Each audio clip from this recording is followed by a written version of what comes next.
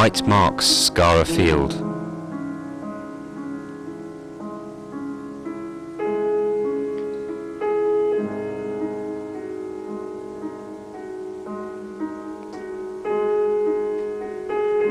A British cemetery on the horizon.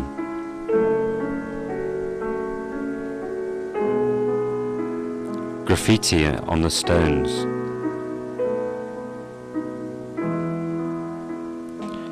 You're at Loos en Gohelle, following on the tracks of the Great War.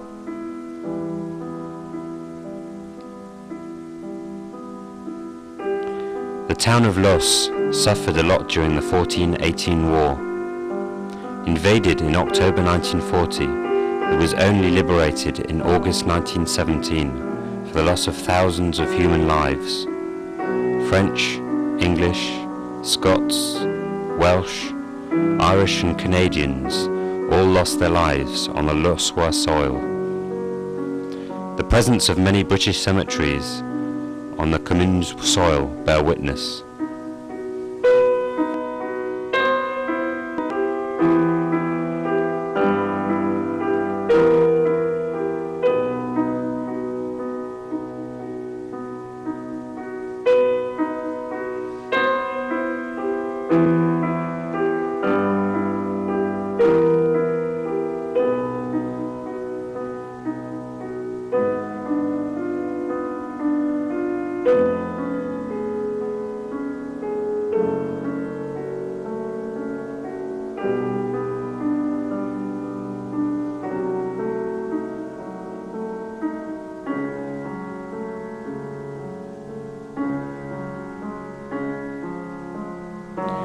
Forming a triangle between the Vimy and Lorette hills, the Loos Plain was the scene of three large battles.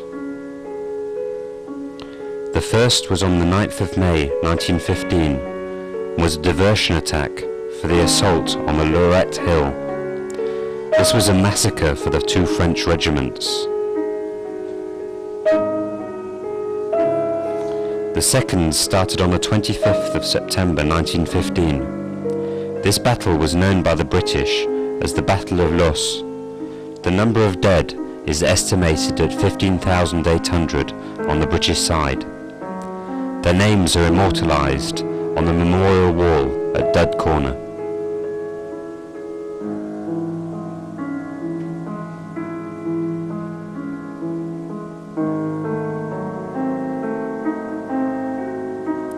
This battle allowed the liberation of 2/3 of the village.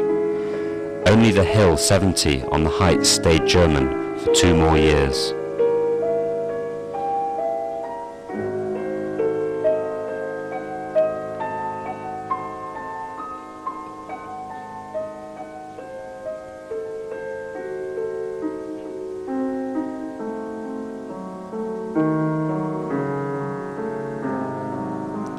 The third battle was on the 15th of August 1917, and having conquered the Vimy Ridge, the Canadian soldiers arrived at Loos. Almost 12,000 Canadian soldiers were bunched in the underground tunnels in order to prepare the attack on Hill 70.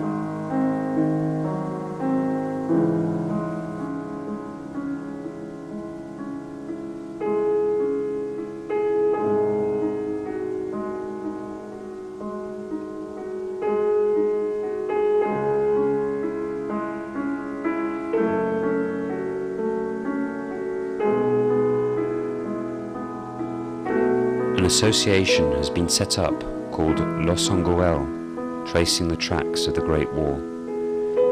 Its main objective is to pass down to this and future generations the history of the 3 battles that blooded the Looswa soil. This association is the force behind the museum, in which are exposed the day-to-day objects used by soldiers, recording their life in the trenches.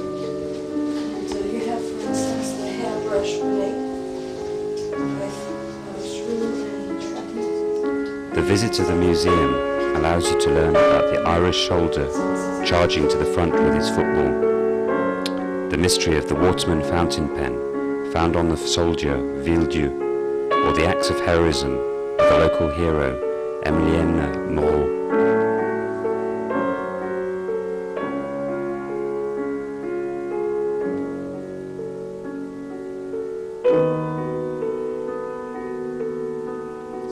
The tunnels of Loos give the visitor a logical follow-on after the museum.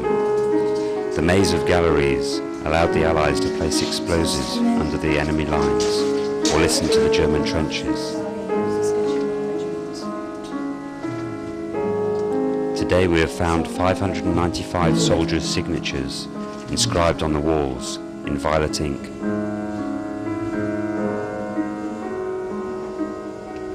A gallery. Yeah. And at the top of it there's a wall.